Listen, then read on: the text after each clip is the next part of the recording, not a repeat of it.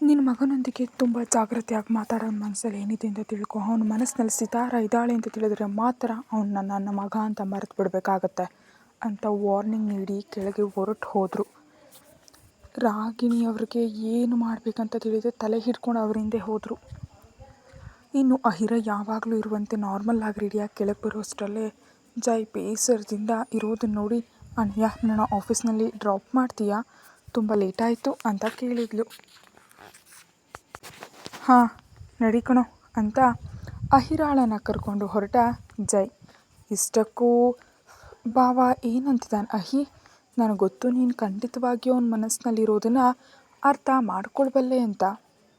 ಅವನು ಯಾಕೆ ಸಡನ್ನಾಗಿ ಇಷ್ಟೊಂದು ವಿಚಿತ್ರವಾಗಿ ಬಿಹೇವ್ ಮಾಡ್ತಿದ್ದಾನೆ, ಸಿತಾರ ಬೇಕು ಅನ್ನುವಂತೆ ಯಾಕೆ ಮಾಡ್ತಿದ್ದಾನೆ, ಹಂಗಂತ ನಿನಗೇನಾದರೂ ಹೇಳಿದ್ನ ಏನಾದರೂ ಅಂತ ಕೇಳ್ದ. ಅಹಿರ ಸಣ್ಣ ನಗುವಿನೊಂದಿಗೆ, ನಿಮಗೆ ಅವ್ರ ಬಗ್ಗೆ ಎಲ್ಲವೂ ಗೊತ್ತು ತಾನೆ ಅಣ್ಣಯ್ಯ, ಇನ್ನು ನನ್ನನ್ನು ಕೇಳೋದು ಯಾಕೆ, ನನಗಿಂತ ನೀವೇ ಆರುಷ್ಗೆ ತುಂಬ ಕ್ಲೋಸ್, ಹಾಗಾಗಿ ಅವರನ್ನೇ ನೀವೇ ಕೇಳಿ ತಿಳ್ಕೊಂಡು ನನಗೆ ಹೇಳಿ.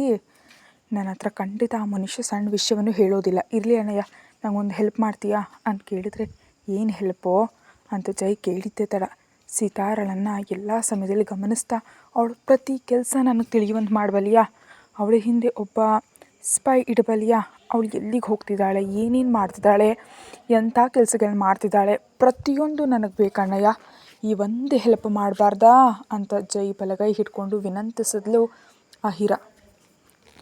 ಆ ಕೆಲಸವನ್ನು ನಾನು ಯಾವಾಗಲೂ ಮಾಡಬೇಕು ಅಂತ ಅಂದ್ಕೊಂಡಿದ್ದೆ ಕಣೋ, ಆದರೆ ನಿನ್ನ ಗಂಡ ಇದ್ದಾನಲ್ಲ, ಅವನು ನನ್ನ ತಡೆದ್ಬಿಟ್ಟ. ನನಗೆ ಸಿತಾರ ಮೇಲೆ ಮೊದಲಿಂದಲೂ ಅನುಮಾನವೇ. ಅವಳ ಬಿಹೇವಿಯರ್ ಪ್ರತಿ ಬಾರಿ ಸ್ವಾರ್ಥದಿಂದಲೇ ಕೂಡಿರುತ್ತೆ. ಮಾತುಗಳಲ್ಲಿ, ಕೆಲಸಗಳಲ್ಲಿ, ಪ್ರತಿಯೊಂದರಲ್ಲೂ ಸ್ವಾರ್ಥನೇ ತಾನೇ ಆರುಷ್ಗೆ ಹೆಚ್ಚಾಗಿ ಇಂಪಾರ್ಟೆಂಟ್ ಆಗಬೇಕು, ಇನ್ಯಾರು ಆರುಷ್ ಹತ್ರ ಹೋಗಬಾರ್ದು, ಅವಳೇ ಆರುಷ್ಗೆ ಸರ್ವಸ್ವನೂ ಆಗಬೇಕು ಅನ್ನುವಂತೆ ಬಿಹೇವ್ ಮಾಡ್ತಿರ್ತಾಳೆ. ಇನ್ನು ಅವನ ಆಸ್ತಿಯನ್ನು ತನ್ನ ಆಸ್ತಿ ಎನ್ನುವಂತೆ ಎಷ್ಟು ಪೊಗರಿನಿಂದ ಬಿಹೇವ್ ಮಾಡ್ತಾಳೆ ಗೊತ್ತಾ. ಇನ್ನು ನನ್ನನ್ನಂತೂ ಅಂತ ಹೇಳೋದಕ್ಕೆ ಬಾಯಿಯವರೆಗೂ ಬಂದು ಕೂಡ ಹೇಳೋ ಅವಶ್ಯಕತೆ ಇಲ್ಲ ಅನ್ನುವಂತೆ ನಿಲ್ಲಿಸಿ, ಬಿಟ್ಬಿಡೋಣ, ನೀನು ಕೇಳಿದ್ದನ್ನು ನಾನು ಮಾಡ್ತೀನಿ, ನೀನು ಇಷ್ಟೆಲ್ಲಾದರೂ ಕೇಳಿದೆಯಲ್ಲ ಸಂತೋಷ, ನಮ್ಮವನ್ನ ಮಾತ್ರ ಬದಲಾಯಿಸಿ ನಿನ್ನ ಜೊತೆ ಇರುವಂತ ನೋಡ್ಕೊ, ತಪ್ಪಿ ಅವನು ಸಿತಾರ ಕೈಯಲ್ಲಿ ಸಿಕ್ಕಿಬಿದ್ದರೆ ಮಾತ್ರ ಅವನ ಜೀವನ ಸರ್ವನಾಶ ಆಗುತ್ತೆ, ಅದನ್ನು ನಾನಂತೂ ನೋಡಲಾರೆ ಅಂದ ಬೇಸರದಿಂದ. ಅದು ನನ್ನ ಕೈಯಲ್ಲಿ ಇಲ್ಲ ಅಣ್ಣಯ್ಯ, ಸ್ವತಃ ಅವರೇ ಮಾಡಿಕೊಂಡಿದ್ದು. ಇವಾಗ ನೇರವಾಗಿ ಅವಳನ್ನ ರೂಮ್ವರೆಗೂ ಕರ್ಕೊಂಡು ಬಂದಿದ್ದಾನೆ ಅಂದರೆ ಅರ್ಥ ಆಗ್ತಿಲ್ವೇ ಸಿತಾರ ಅವನನ್ನು ಎಷ್ಟು ಮ್ಯಾನಿಪುಲೇಟ್ ಮಾಡಿದ್ದಾಳೆ ಅಂತ. ಸೊ ನಾವೆಷ್ಟು ಬೇಗ ಸಾಧ್ಯವೋ ಅಷ್ಟು ಬೇಗ ಸಿತಾರ ಬಗ್ಗೆ ನಿಜವನ್ನು ನಾವು ಹೊರಗೆ ತೆಗಿಬೇಕು. ನಿಜಕ್ಕೂ ಅವರಷ್ಟಕ್ಕವರೇ ನಿಜ ತಿಳ್ಕೊಳ್ಳೋವರೆಗೂ ನಾನು ಇನ್ವಾಲ್ವ್ ಆಗಬಾರ್ದು ಅಂತ ಅಂದ್ಕೊಂಡಿದ್ದೆ. ಆದರೆ ಈ ದಿನ ನನ್ನ ಅಸ್ತಿತ್ವವನ್ನೇ ಪ್ರಶ್ನಿಸೋ ಸಿಚುಯೇಷನ್ ಬಂದಾಗ ಮೌನವಾಗಿ ಇರೋದು ಅವಶ್ಯಕತೆ ಇಲ್ಲ ಅಂತ ನಿನ್ನ ಹೀಗೆ ಕೇಳಿದೆ ಅಂತ ಸೀರಿಯಸ್ ಆಗಿ ಅಂದ್ಲು. ಇಷ್ಟರಲ್ಲಿ ಆಫೀಸ್ ಬಂದಿದ್ದರಿಂದ ಆಫೀಸ್ ಎದುರುಗಡೆ ಕಾರ್ ನಿಲ್ಲಿಸಿ, ನನಗೆ ಒಂದು ವಿಷಯ ಕ್ಲಿಯರ್ ಮಾಡಬಲ್ಲಿಯಾ ಅಹಿ ಅಂತ ಅಹಿರ ಕಣ್ಗಳನ್ನ ನೇರವಾಗಿ ನೋಡ್ತಾ ಕೇಳ್ದ. ಹೇಳಣ್ಣಯ್ಯ ಅಂತ ಅಹಿರ ಕೂಡ ಅನ್ನಲು, ನಿನಗೆ ನಮ್ಮವನಿಗೆ ಮುಂಚೆ ಪರಿಚಯ ಇದೆಯಾ, ಹೌದು ತಾನೇ, ಅವನಂದರೆ ನಿನಗೆ ತುಂಬ ಇಷ್ಟ ಅಲ್ವಾ ಅಂತ ಕೇಳಿದ ಅನುಮಾನದಿಂದ.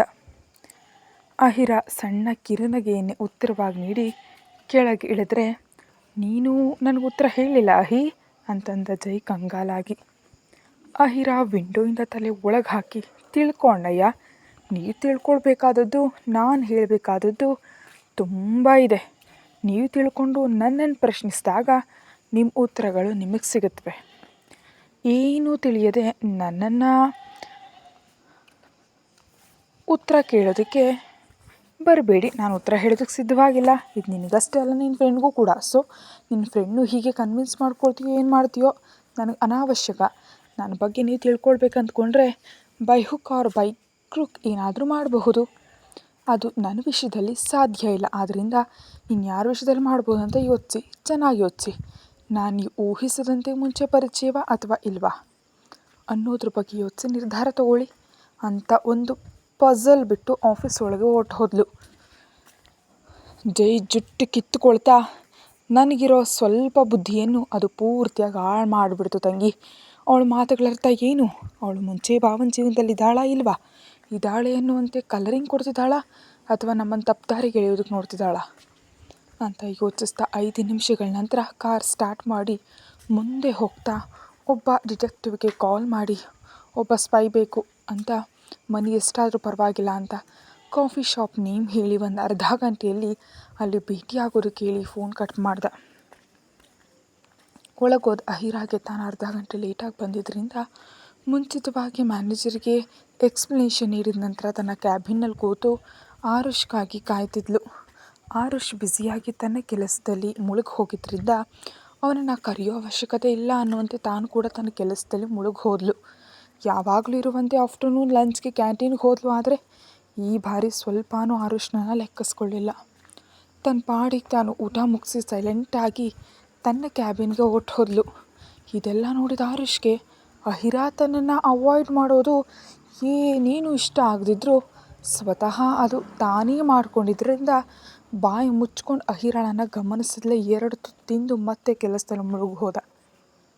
ಸಾಯಂಕಾಲ ಯಾವಾಗಲೂ ಇರುವಂತೆ ಇಬ್ಬರು ಒಟ್ಟಿಗೆ ಹೋಗದೆ ಅಹಿರಾ ಲೇಟಾಗಿ ಬರೋದ್ರಿಂದ ತನಗೆ ಲೇಟ್ ಆಗುತ್ತೆ ಅನ್ನೋ ಇನ್ಫಾರ್ಮೇಷನ್ ಕೂಡ ನೀಡದೆ ಹೋಗು ಅನ್ನುವಂತೆ ನಿರ್ಲಕ್ಷ್ಯದಿಂದ ಇದ್ಲು.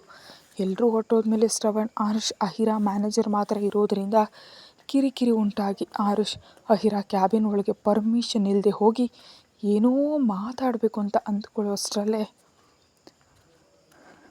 Get out of my cabin ಅಂತ ಅರ್ಚಿದ್ಲು.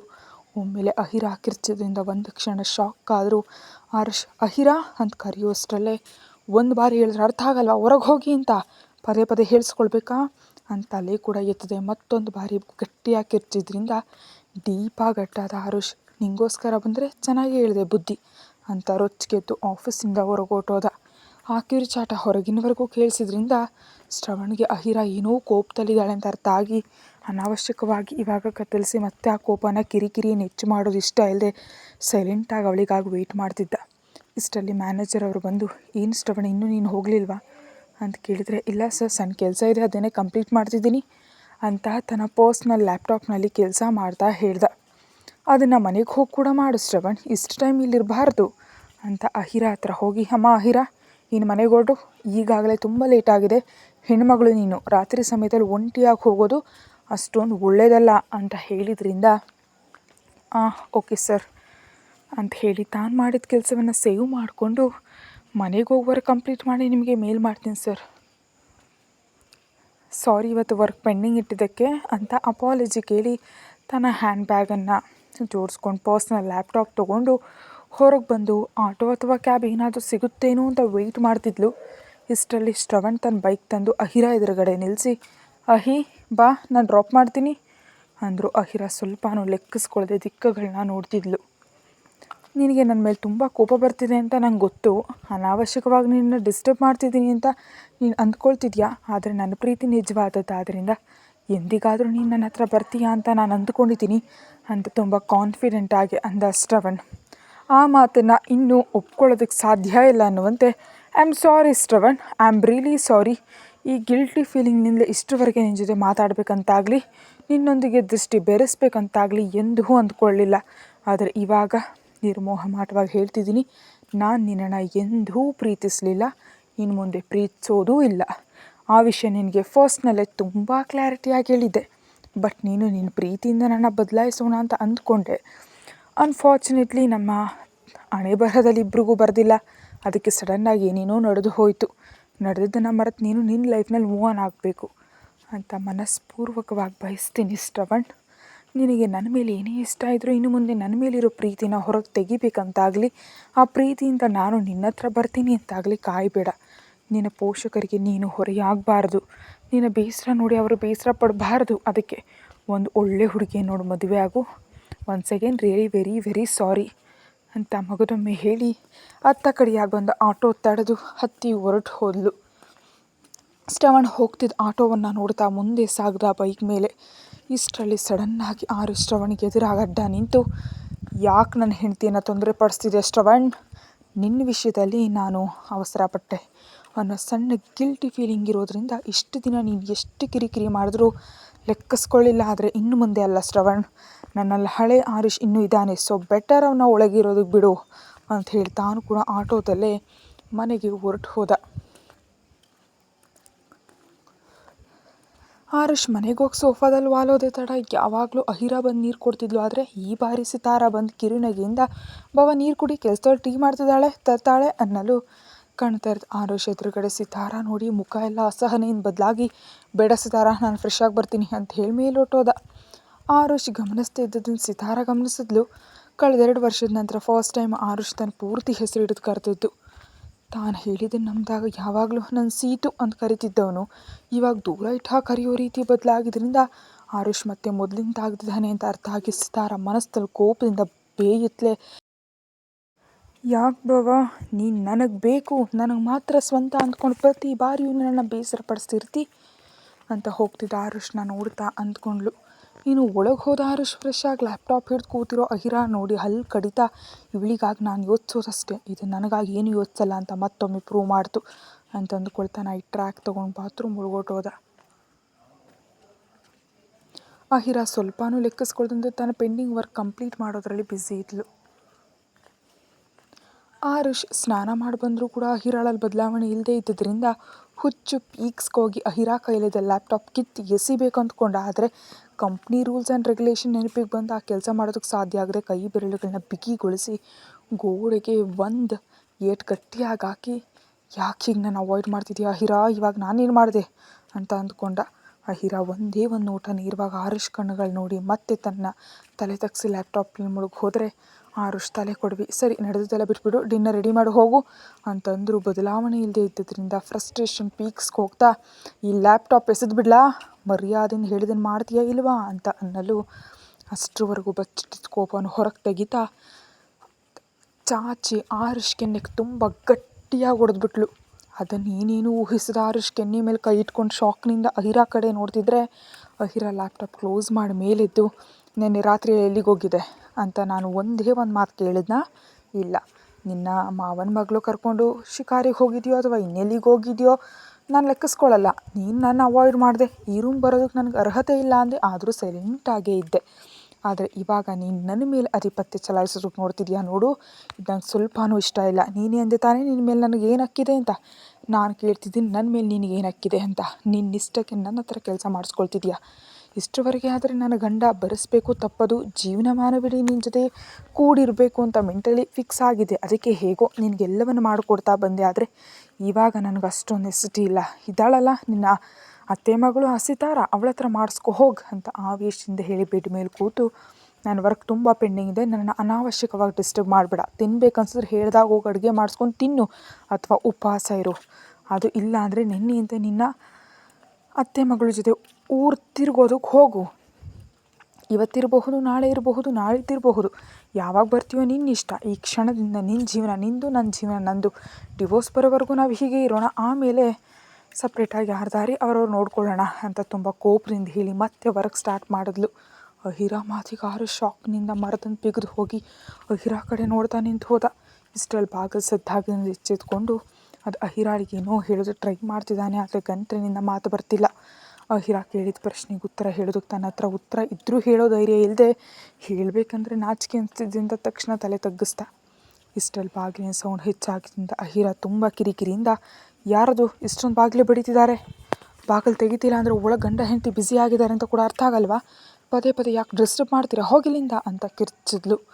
ಹೊರಗಿದ ಸಿತಾರ ತುಂಬ ಕೋಪದಿಂದ ಬಾವಾ ಅಂತ ಬಾಗಿಲನ್ನು ಗಟ್ಟಿಯಾಗಿ ಬಡೀತ್ಲೆ. ಅಹಿರಾ ಕಣ್ಗಳು ಗಟ್ಟಿಯಾಗಿ ಮುಚ್ಚಿ ಲ್ಯಾಪ್ಟಾಪ್ ಮೇಲೆ ಆಡಿಸ್ತಿದ್ದ ಬೆರಳುಗಳನ್ನ ನಿಲ್ಲಿಸಿದ್ಲು. ಆರುಷ್ ಮಾತ್ರ ತಲೆ ಹಿಡ್ಕೊಂಡು ಅಹಿರಾ ಎಕ್ಸ್ಪ್ರೆಷನ್ ನೋಡೋದಕ್ಕೆ ಪ್ರಯತ್ನಿಸ್ತಾ. ಆದರೆ ಅಹಿರಾ ತಲೆ ತಗ್ಸಿದ್ರಿಂದ ಏನು ಮಾಡೋದಕ್ಕೆ ಸಾಧ್ಯ ಆಗದೆ ನೇತಾಕಿದ ಮುಖದೊಂದು ಬಾಗಿಲು ತೆಗೆದ. ಎದುರಿಗಿದ್ದ ಸಿತಾರನ್ನ ಕೋಪದಿಂದ ನೋಡ್ತಾ, ಏನು ಅಂತ ತುಂಬ ಸೀರಿಯಸ್ ಆಗಿ ಕೇಳ್ದ. ಸಿತಾರ ಕೋಪದಿಂದ, ಒಳಗೇನು ಮಾಡ್ತಿದ್ಯಾ ಬಾಬಾ, ಬಾಗಿಲು ಬಿಡ್ತಿದ್ರೆ ತೆಗೆಯೋದಿಲ್ಲ ಯಾಕೆ, ಮೇಲಾಗಿ ಅದು ನನ್ನ ಮೇಲೆ ಕಿರ್ಚೋದೇನು, ನೀನು ಕನಿಷ್ಠ ರೆಸ್ಪಾಂಡ್ ಕೂಡ ಮಾಡೋದಿಲ್ಲ ಯಾಕೆ ಅಂತ ಕೇಳಿದ್ಲು.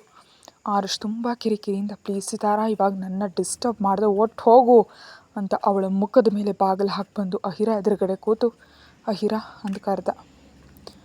ಆದರೂ ಅಹಿರಾ ತಲೆ ಎತ್ತಲಿಲ್ಲ. ಸೈಲೆಂಟಾಗಿ ತನ್ನ ಕೆಲಸ ತಾನು ನೋಡ್ಕೊಳ್ತಿದ್ರೆ ಆರುಷ್ ಕೋಪದಿಂದ ಲ್ಯಾಪ್ಟಾಪ್ ತೆಗೆದು ಪಕ್ಕದಲ್ಲಿಟ್ಟು, ಯಾಕೀಗ ಮೌನ ಹೋರಾಟ ಮಾಡ್ತಿದ್ಯಾ, ನಿನಗೆ ಕೋಪ ಬಂದರೆ ಬೈಯಿ, ಇಲ್ಲವೇ ಹೊಡೆದಿಯಲ್ಲ ಆ ರೀತಿ ಹೊಡೆದ್ಬಿಡು, ನಾನೇನು ಬೇಡ ಅನ್ನಲ್ಲ. ನಿಜಕ್ಕೂ ನೀನು ನನ್ನ ಕೇಳಿದ್ಯಾ ಎಲ್ಲಿಗೆ ಹೋಗಿದೆ ಸಿತಾರಳನ್ನ ಕರ್ಕೊಂಡು ಅಂತ, ಕೇಳಲಿಲ್ಲ. ಕೇಳ್ತಿದ್ದಾಗ ನಾನು ಮಾತ್ರ ಯಾವ ಉತ್ತರ ಹೇಳಿ, ಇನ್ನು ಸಿತಾರ ಜೊತೆ ಯಾಕೆ ಹೋದೆ ಅನ್ನೋದನ್ನು ನಿನಗೆ ಮಾತ್ರ ಎಕ್ಸ್ಪ್ಲೈನ್ ಮಾಡೋದಕ್ಕೆ ಸಾಧ್ಯ ಇಲ್ಲ ಅಂತ ಬೇಸರದಿಂದ ಅಂದ. ಆದರೂ ಅಹಿರ ಲೆಕ್ಕಿಸ್ಕೊಳ್ದೆ ಮತ್ತೆ ಲ್ಯಾಪ್ಟಾಪ್ ತೆಗೆದುಕೊಳ್ತಿದ್ರೆ, ಅಹಿರ ಅಂತ ಅಹಿರ ಎಡಗೈ ಮೇಲೆ ಹಿಡಿತಾ ಬಿಗಿಗೊಳಿಸ್ತಾ, ಹೇಳುವ ಕೇಳೋದನ್ನು ಕಲಿ ಅಂತ ಆವೇಶವನ್ನು ಹತ್ತಿಕ್ತಾ ತುಂಬ ಕಷ್ಟದಿಂದ ಮೂಗಿಂದ ಬಿಸಿ ಗಾಳಿ ಬಿಡ್ತಾ ಹೇಳ್ದ. ಅಹಿರಾಗ್ ಲೈಟಾಗಿ ಭಯ ಶುರು ಆಯಿತು ಆರುಷ್ ಕೋಪ ನೋಡಿ. ಅದೇ ಭಯದಿಂದ ಸೈಲೆಂಟಾಗಿ ಕೂತ್ರೆ, ಹೇಳೋದು ಕೇಳ ಅಹಿರ, ನಾನು ಯಾವುದನ್ನು ಬೇಕು ಅಂತ ಮಾಡ್ತಿಲ್ಲ ಅಂತಿದ್ರು. ಅಹಿರ ಕೇಳ್ತಿಲ್ಲ ಅನ್ನುವಂಥ ಎಕ್ಸ್ಪ್ರೆಷನ್ ಇಟ್ಟ ತಕ್ಷಣವೇ ಆರುಷ್ ಫ್ರಸ್ಟ್ರೇಷನ್ ಪೀಕ್ಸ್ಗೋ ಅಹಿರ ಕೈ ಹಿಡಿದು ತನ್ನ ಕಡೆ ಎಳ್ಕೊಂಡು, ಗಂಡ ಮಾತಾಡುವ ಕನಿಷ್ಠ ಮರು ಮಾತಾಡೋದು ಬರಲ್ವಾ ಅಹಿರ? ಇಷ್ಟು ದಿನ ನಾನು ಬೇಡ ಅಂದರೂ ಪ್ರತಿ ಕೆಲಸ ಮಾಡಿ ನಿನ್ನ ಮೇಲೆ ಅವಲಂಬಿತ ಆಗೋಂದು ಮಾಡಿದೆ, ಇವಾಗ ಮಾತ್ರ ಪೂರ್ತಿಯಾಗಿ ದೂರ ಇಡ್ತಿದ್ಯಾ? ಏನಾಯಿತು ಅಂತ ಹೀಗೆ ಮಾಡ್ತಿದ್ಯಾ? ನಾನು ನೀನು ಹೇಳಿದ ಕೆಲಸ ಮಾಡ್ತಿದ್ದೀನಿ ತಾನೆ, ಇಷ್ಟರವರೆಗೆ ನಿನಗೆ ಹೇಳಿದೆ ಯಾವುದನ್ನೂ ಮಾಡಿಲ್ಲ ತಾನೆ, ಈ ಒಂದನ್ನು ಬಿಡಲಾರಿಯಾ ಅಂತ ಕಿರ್ಸ್ದ. ಅಹಿರ ನೇರವಾಗಿ ಆರುಷ್ ಕಣ್ಣುಗಳು ನೋಡ್ತಾ, ನೀವು ಸಿತಾರ ಜೊತೆ ಹೊರಗೆ ಹೋಗ್ತೀನಿ, ಒಂದು ನೈಟ್ ಸ್ಟ್ಯಾಂಡ್ ಮಾಡ್ತೀನಿ ಅಂದರೆ ನಾನು ಬೇಡ ಅನ್ನ, ನನಗೆ ಹೇಳಿದೆ ಒಂದು ಇಡೀ ರಾತ್ರಿ ಭಯದಿಂದ ಸತ್ತು ಹೋಗೋಂದು ಮಾಡಿದ್ದೀರಲ್ಲ. ನಿಮಗೇನಾದರೂ ಆಯಿತೋ ಏನೋ ಅಂತ ಪ್ರತಿ ಕ್ಷಣ ಭಯದಿಂದ ನಿನ್ನೆ ರಾತ್ರಿಯೆಲ್ಲ ನಿದ್ರೆ ಮಾಡದೆ ಎಚ್ಚರ ಆಗಿದ್ದೆವು. ನನ್ನೊಂದಿಗೆ ನಿಮ್ಮ ತಂದೆಯವರು, ತಾಯಿಯವರು, ಜೈ ಅಣ್ಣಯ್ಯ ಕೂಡ ಹಾಗೆ ಇದ್ದರು. ನಮ್ಮ ಬಗ್ಗೆ ನಿಮಗೆ ಸ್ವಲ್ಪನೂ ಕನಿಷ್ಠ ಇವರು ಹೇಗಿದ್ದಾರೆ ಅನ್ನೋ ಕಾಳಜಿ ಇಲ್ಲ ನಿಮ್ಮಲ್ಲಿ. ಅಂಥ ನಿಮಗೆ ನಿಮ್ಮಿಂದ ಮೆಚುರಿಟಿ ಆಶಿಸೋದು ನನ್ನ ತಪ್ಪು.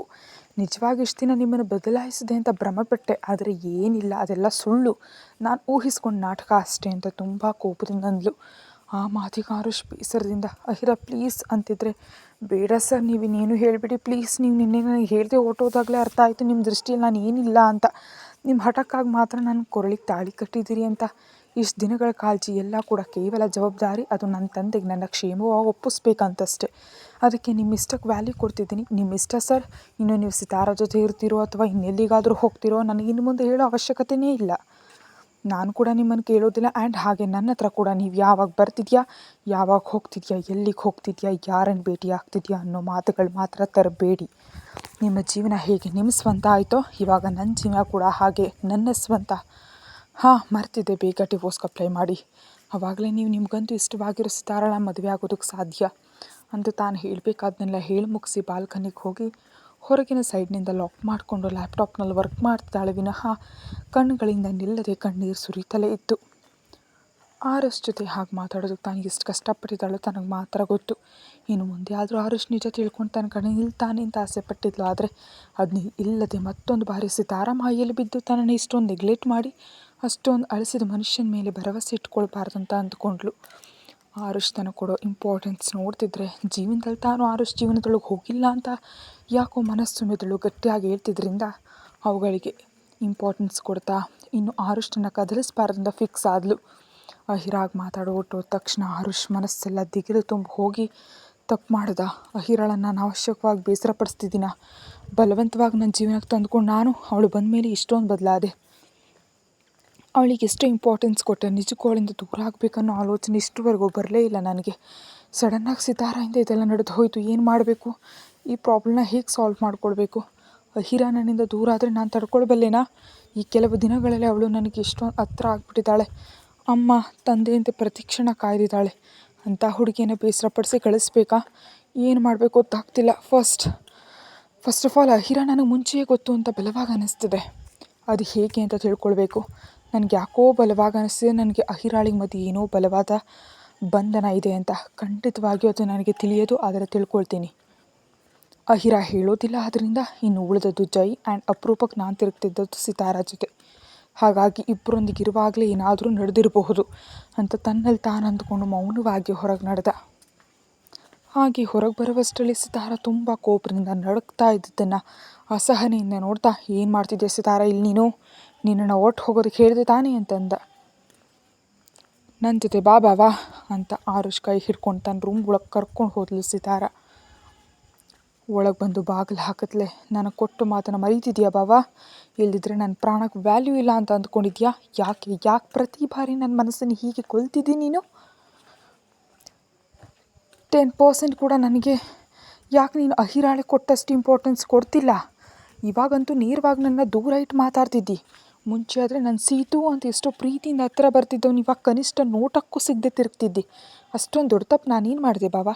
ನಿನಗಾಗಿ ಇಷ್ಟೋ ಮಾಡಿದೆ, ನಿನಗಾಗಿ ನನ್ನ ಪ್ರಾಣನ ಸಹ ನೀಡಬೇಕು ಅಂದ್ಕೊಂಡಿದ್ದೆ, ಅದೆಲ್ಲ ಮರೆತುಬಿಟ್ಟಿಯ ಬಾವ, ಇದೇನಾ ನೀನು ನನ್ನ ಪ್ರೀತಿ ಕೊಡ್ತಿರೋ ವ್ಯಾಲ್ಯೂ ಅಂತ ಎಮೋಷ್ನಲ್ ಆಗಿ ಕೇಳ್ತಾ. ಬೇಡ ಬಾವ, ನೀನಿಲ್ ಜೀವನ ನನಗೆ ಅವಶ್ಯಕತೆ ಇಲ್ಲ, ಈ ಕ್ಷಣನೇ ನಾನು ಸತ್ತು ಹೋಗ್ತೀನಿ ಅಂತ ತನ್ನೊಂದಿಗೆ ತಂದಿದ್ದು ವಿಷದ ಸೀಸೆ ಹೊರಗೆ ತೆಗೆದ್ಲು. ಮುಂದಿನ ಕಥೆಯಲ್ಲಿ ಏನಾಗುತ್ತೆ ಅಂತ ತಿಳ್ಕೊಳ್ಳೋಣ.